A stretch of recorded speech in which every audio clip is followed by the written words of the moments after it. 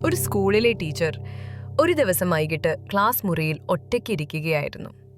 പെട്ടെന്ന് ഒരു ശബ്ദം, ചെറിയൊരു കുട്ടിയുടെ ശബ്ദം.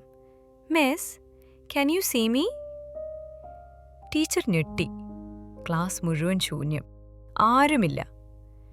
വീണ്ടും ശബ്ദം, മിസ്, ലാസ്റ്റ് ബെഞ്ച്. അവൾ പതുക്കെ തിരിഞ്ഞു. ലാസ്റ്റ് ബെഞ്ചിൽ ആരുമില്ല.